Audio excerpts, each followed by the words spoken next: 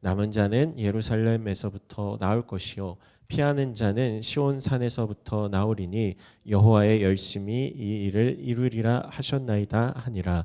그러므로 여호와께서 아수르 왕을 가리켜 이르시기를 그가 이 성에 이르지 못하며 이리로 화살을 쏘지 못하며 방패를 성을 향하여 세우지 못하며 치려고 토성을 쌓지도 못하고 오던 길로 돌아가고 이 성에 이르지 못하리라 하셨으니 이는 여호와의 말씀이시라. 내가 나와 나의 종 다윗을 위하여 이 성을 보호하여 구원하리라 하셨나이다 하였더라. 이 밤에 여호와의 사자가 나와서 아수르 진영에서 군사 18만 5천 명을 친지라. 아침에 일찍이 일어나 보니 다 송장이 되었더라. 아멘.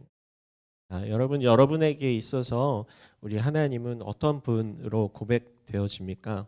어떤 친구들에게 있어서는 이제 하나님은 정말로 내 삶의 주인이세요. 나의 왕이십니다. 나의 아버지가 되십니다. 선명하게 그것이 믿어지고 고백되는 우리 친구들이 있는가 반면에 또 어떤 친구들은 아직 잘 안 믿어져요. 하나님 어떤 분이신지 잘 모르겠어요. 이런 친구들도 있을 거예요. 또 그 믿음이 아주 선명하고 분명한 친구들에게 있어서는 하나님은 지난날의 내 모든 과거를 변화시켜 주시고 나를 구원해 주시고 내 삶이 하나님을 만나서 완전하게 변화되었어요 라고 체험이 있는 친구들도 있는가 반면에 그냥 어렸을 때부터 저 교회 다녀서 교회에서 있다고 하니까 그냥 있으신가 보다 하는 그런 친구들, 어렴풋이 하나님에 대해서 받아들이고 있는 그런 사람들도 있을 것입니다. 사람마다 이렇게 소위 믿음이라고 하는 하나님에 대한 감각, 하나님에 대한 인식이 다 다르기 때문에 어떤 이들에게 있어서는 내 삶에 어떤 사소한 일이 벌어져도 하나님께서 역사하신 것 같아, 하나님께서 내 삶에 개입하시는 것 같아 라고 느끼는 사람이 있는가 반면에 똑같은 일을 겪어도 어떤 사람은 하나님께서 지금 나에게 징계를 내리시고 나에게 변화를 촉구하고 계시는데도 아무런 감각이 없는 친구들도 있어요. 이 교회에 전혀 나오지 않는 사람들이 이런 부류겠죠. 신앙생활에 대해서 전혀 관심이 없는 사람들, 이 교회 공동체에서 소위 상처를 받았거나 반감을 갖고 있거나 그런 사람들에게 있어서는 이 하나님이라는 존재가 별로 믿고 싶지 않고 받아들이고 싶지 않은 그런 존재, 내 삶에 뭐 그렇게 있어도 없어도 상관없는 그런 존재로 받아들이는 사람들도 세상에 많이 있다는 것입니다. 그래서 니체라고 하는 독일의 이제 실존주의 철학자는 신은 죽었다 이렇게 얘기를 하기도 했어요. 그런데 그에 반박하는 사람들은 신은 죽었다고 말하는 니체는 죽었다 이렇게 이야기하고 BY가 이런 노래 가사도 최근에 썼더라고요. 신은 죽었다고 말한 니체는 죽었다 이러면서 네오 크리스찬 플로우라는 이제 노래 가사인데, 여러분 우리가 꼭 기억해야 하는 것은 우리가 지금 예배하고 믿음으로 고백하고 있는 그 하나님, 또 성경에서 말하고 있는 그 하나님은 지금도 이곳에 여전히 살아서 역사하고 계시는 분이라는 것입니다. 믿으십니까? 비록 내 영적인 감각이 둔해져서 하나님이 잘 보이지 않는 것 같아도, 느껴지지 않는 것 같아도, 믿어지지 않는 것 같아도 하나님은 여전히 나의 믿음과 상관없이 지금 살아 계셔서 온 우주 만물을 운행하고 계시고 또 우리 아주 사소한 삶의 영역에서까지 일하고 계시다는 우리의 아버지 되시는 분이라는 것을 우리가 꼭 반드시 믿어야 합니다. 이 하나님에 대한 믿음이 없으면 우리가 지금 예배드리러 이 자리에 나와 있는 것도, 신앙생활하는 것도, 또 심지어 우리가 살아가는 모든 것도 다 허상이고 무가치한 일들이 되어버려요. 왜냐하면 우리는 하나님을 위해서 만들어진 존재들이기 때문입니다. 이사야 43장 21절에 이렇게 기록하고 있어요. 같이 한번 읽어볼게요. 이 백성은 나를 찬양하게 하려고 내가 손수 만든 사람들이다. 하나님께서 인간을 만드신 목적과 이유에 대해서 분명하게 이사야 선지자를 통해서 전하고 있는 것은 하나님께서 이 백성, 하나님의 백성들, 하나님의 자녀들을 하나님을 예배하기 위해, 하나님을 찬양하기 위해, 하나님을 높여드리기 위해 만들어진 존재들이라고 설명하고 있습니다. 우리 지난 주일까지 구약의 이사야 선지자의 이야기를 함께 나누고 있었는데요.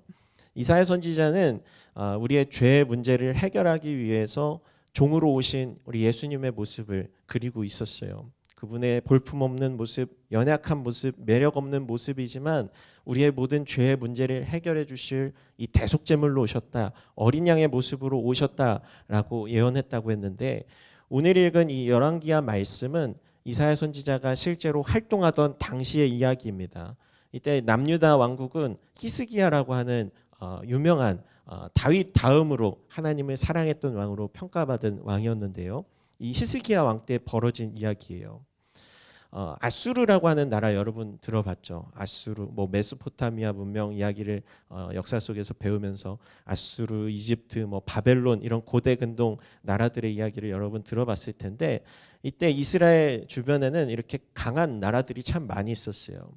근데 이 남유다의 아수르의 왕이었던 산헤립이라고 하는 왕이 유다로 공격해오게 되는데요. 이 공격이 얼마나 강력했는지 이 남유다가 거의 멸망 직전까지 갔습니다. 그래서 많은 성들이 다 함락을 당하고요. 이 18장 13절에 보면 우리 함께 읽어볼게요. 히스기야 왕 14년에 아시리아 왕 산헤립이 성벽으로 둘러싸인 유다의 모든 견고한 성들을 공격해 함락시켰습니다.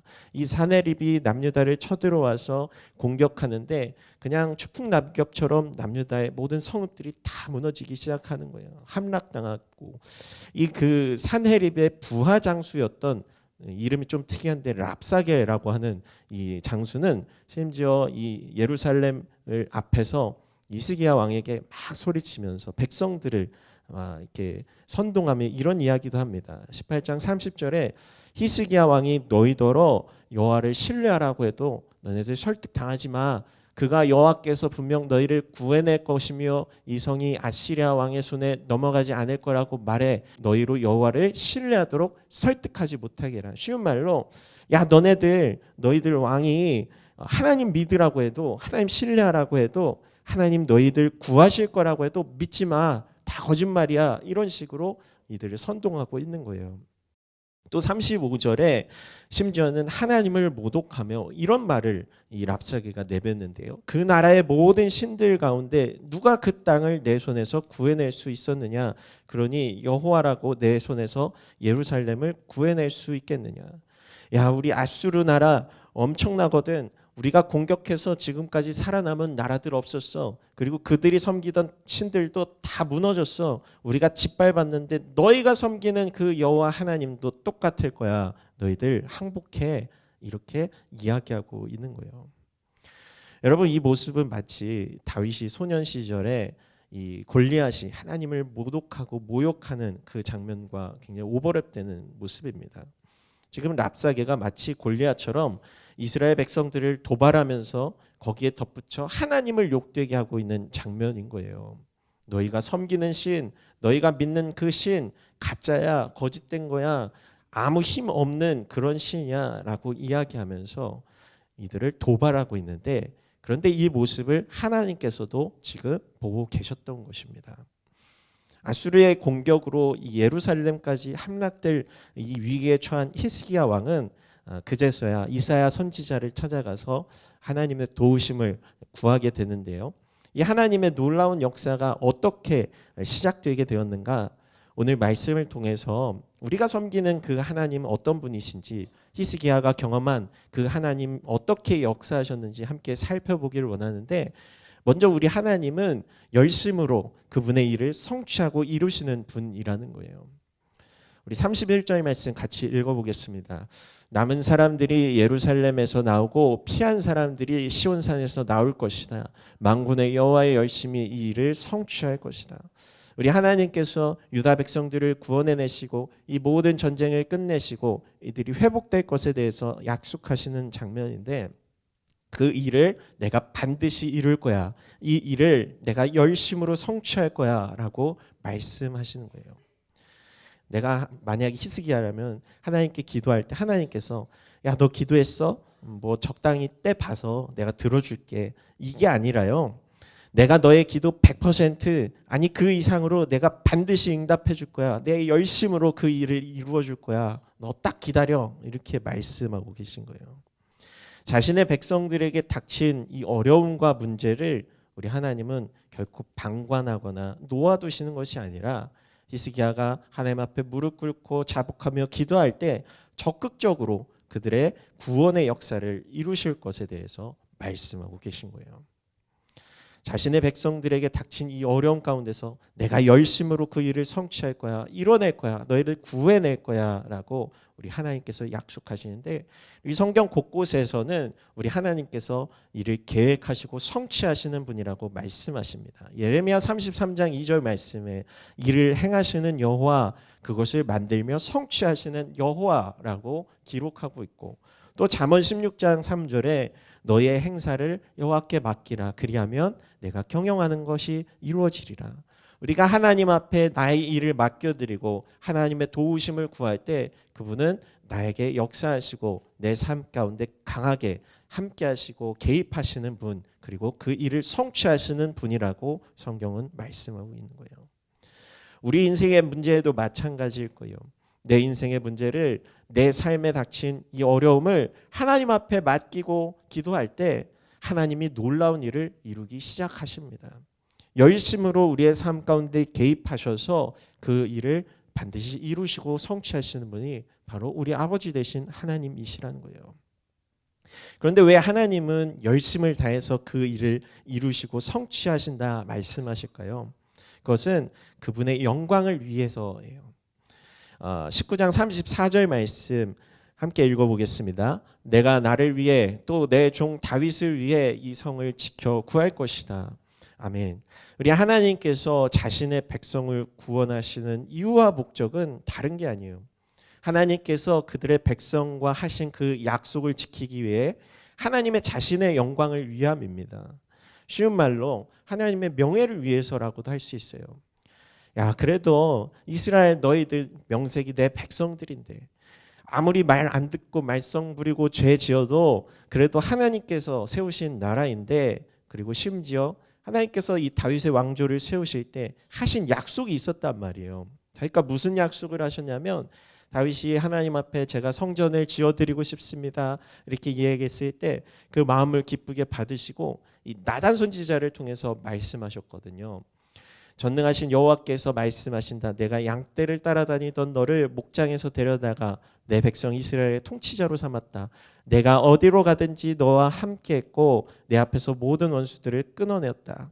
그리고 그러니 이제 내가 이 땅의 위대한 사람들의 이름처럼 너의 이름을 위대하게 만들어주겠다. 그리고 그 후손들에게 약속하신 것이 또 이어지는데, 내 모든 원수들로부터 구해내서 평안하게 할 것이다. 내가 그의 나라를 든든히 세울 것이다. 하나님께서 다윗뿐만 아니라 다윗의 모든 후손들 왕조를 향해서 약속하고 계신 거예요. 그리고 그 후손이 지금 히스기야의 왕 때에 그 약속을 계속해서 성실하게 이행하고 계신 것입니다. 여러분, 우리가 하나님을 붙잡고 있을 때, 우리가 하나님께 도움을 요청할 때 하나님은 결코 우리를 외면하거나 버려두지 않으시는 거예요. 하나님은 그분의 백성된 우리를 위하여 약속하셨고 그 약속을 철저하게 이행하고 계시기 때문에 우리가 하나님의 도우심을 구하면 나의 자녀된 너희를 위해서 내가 일할 거야 말씀하시고 우리의 삶 가운데 일하시는 분이라는 것입니다. 그리고 그 이유가 바로 하나님의 영광을 위해, 하나님의 이름을 위해서라는 거죠. 신명기 3장 22절 말씀에 그들을 두려워하지 마라. 내 하나님 여호와께서 친히 너를 위해 싸우실 것이다 라고 말씀하세요. 우리 하나님은 우리가 하나님 의지하고 하나님 붙잡을 때 우리를 위해서 친히 싸우시는 하나님이시라는 것입니다. 그리고 마지막으로 그 싸움에서 우리 가운데도 큰 승리를 주시는 분이 바로 우리 하나님이라는 거예요. 35절 말씀 같이 읽겠습니다. 그날 밤에 여호와의 천사가 나가 아시리아 진영에서 아시리아 군사 18만 5천 명을 죽였습니다. 이튿날 아침 일찍 사람들이 일어나 보니 모두 죽은 시체뿐이었습니다. 이 아시리아 군사가 18만 5천 명이라는 대군이 한 번에 몰살당하는 사건이 벌어지게 되었어요. 근데 여러분, 이 히스기야 왕은 이 사건, 이 전쟁에서 아무것도 한 것이 없었습니다.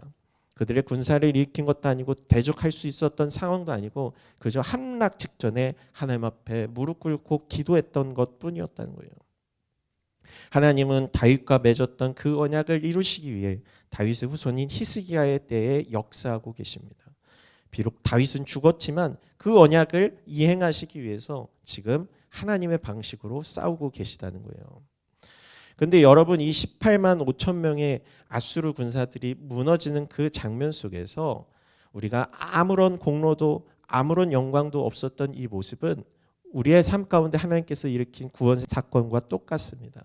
우리가 하나님의 백성이 되고 하나님의 큰 승리, 영광스러운 일들을 경험할 때 내 공로, 내 노력, 내 열심이 아니라 오직 하나님께서 일방적으로 내게 베푸신 은혜, 하나님께서 행하신 공로, 하나님께서 행하신 일입니다. 우리는 찬양할 수밖에 없는 거예요. 우리가 하나님의 영광을 드높이며 그분의 일하심을 우리가 바라보며 그 일들을 찬양할 때 하나님의 백성된 우리도 하나님과 함께 영광을 받는 것, 그것이 바로 우리의 신앙 생활이라는 거예요. 하나님께서 우리의 삶 가운데 예비하신 큰 승리, 마침내 우리의 삶이 끝나고 우리도 하나님과 함께 다시 그 생명 가운데 영원한 삶 가운데 영원한 하나님의 나라에 들어가는 것, 우리는 그 영원한 승리를 오늘도 꿈꾸며 나아가고 있습니다. 6.25 전쟁 때의 이야기인데요. 1950년 6월 25일 이제 한국 전쟁이 발발했잖아요. 북한에 의해서 기습 침공을 당했는데 인민군이 침략이 이제 거침없어서 2달도 안 돼서 우리나라 이제 남한 거의 대부분이 이제 아까 히스기야 때처럼 거의 다 점령당하고 이 8월 초에 50년 8월 초에 우리 군이 이제 낙동강에서 최후의 전투를 치러야 하는 상황이었습니다. 근데 경남 이제 지사였던 양성봉 장로님이라는 분이 계셨대요. 초량교회 장로님인데 그분이 이제 한 250명 정도 피난 온 이제 그 사람들 중에서 250명 정도의 이제 교역자들, 목회자들을 이제 불러서 같이 기도 모임을 이제 시작하게 되었습니다. 구국 기도회죠. 나라를 구하기 위해서 함께 부르짖으며 기도했는데 치열하게 이제 전선에서 싸우고 있는 그 상황 속에서도 열심히 이제 하나님의 도우심을 구하며 기도하기 시작한 거예요. 그러면서 이때에 목회자, 성도, 피난민의 눈물로 뜨겁고 또 이 전란 와중에서도 자신들의 죄를 자복하고 회개하면서 하나님, 우리가 일제강점기 때에 지었던 그 죄들, 하나님 앞에 온전히 하나님을 섬기지 못했던 그 모습들 회개합니다. 이런 것들 함께 나누면서 하나님 앞에 뜨겁게 부르짖는 모임이 있었던 거예요. 그리고 그 기도회가 이제 진행되다가 9월 15일에 이제 마무리되었는데 그때 바로 이제 부산 전역에 인천 상륙 작전의 이제 성공을 알리는 그 소식이 전달된 거예요.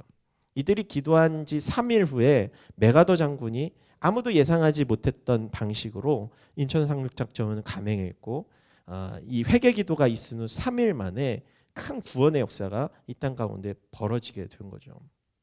이 낙동강 전선에서 이 전세가 역전돼서 결국 9월 28일에 이제 서울까지 다시 회복하고 또 이 목회자들, 그때 기도하던 성도들과 목회자들은 하나님께서 우리의 기도 가운데 응답해 주셨구나, 하나님께서 우리 가운데 구원의 역사를 베풀어 주셨구나 고백할 수밖에 없는 상황이 벌어지게 된 거예요. 누군가는 우연이라고 이야기하고 누군가는 뭐 미국의 도움이다 이렇게 이야기하지, 다 맞아요. 그러나 우리가 통회하고 자복하고 기도할 때 하나님께서 역사하신다는 그 사실은 우리 믿는 사람들이 고백하고 있는 우리의 신앙의 고백인 것입니다. 여러분, 아까 니체가 신은 죽었다라고 이야기했다고 했잖아요. 근데 그 말이 사실 맞습니다. 이 땅에 사람의 몸을 입고 오신 우리 하나님께서 십자가 위에서 죽으셨기 때문이에요. 그런데 무신론자들은 신이 죽었다 그리고 끝났다 이야기하지만 그분의 자녀된 우리들은요, 그 하나님께서 죽음을 이기시고 다시 살아나셨다고 고백할 수 있는 것입니다. 나를 위해 죽으시고 또 나를 위해서 부활하신 것, 그것이 바로 그리스도인들에게 주어진 가장 큰 승리라는 것을 여러분 기억했으면 좋겠어요. 사망 권세를 이기신 예수님, 십자가 위에서 죽음의 권세까지 이기신 그 주님의 큰 승리가 지금 우리 가운데 주어졌다는 그 사실을 우리가 믿고 고백하며 나아갈 때 우리는 이제 더 이상 죽음도 두려워하지 않고 세상에 여러 가지 어려움과 고난이 닥쳐와도 이 히스기야 왕 때에 다가왔던 그 큰 역경과 어려움이 눈앞에 닥쳐와도 우리는 하나님을 붙잡고 승리할 수 있게 되는 것입니다. 이 삶이 끝이 아니라는 것을 우리는 알고 믿고 있기 때문이에요. 이제 말씀 마치려고 하는데요. 여러분, 하나님의 자녀된 우리들은요. 하나님의 백성된 우리들은요. 우리들을 위해서 반드시 하나님께서 열심으로 일하고 계시다는 신앙의 고백이 있어야 합니다. 비록 내 삶이 볼품없어 보이고 연약한 모습일지라도 내 삶이 그렇게 대단한 모습은 아니어도 우리가 하나님의 자녀라는 그 사실 하나만으로도 우리 하나님은 우리의 삶 가운데 개입하시고 역사하기 시작하는 분이라는 것을 꼭 기억했으면 좋겠어요. 우리가 하나님의 자녀가 됨을 날마다 고백하며 나아갈 때 자녀된 우리를 위해, 백성된 우리를 위해서 날마다 힘써 일하시고 우리를 위해서 싸우시는 그 하나님을 바라보며 승리하는 여러분들의 믿음이 되기를 우리 주님의 이름으로 축복합니다.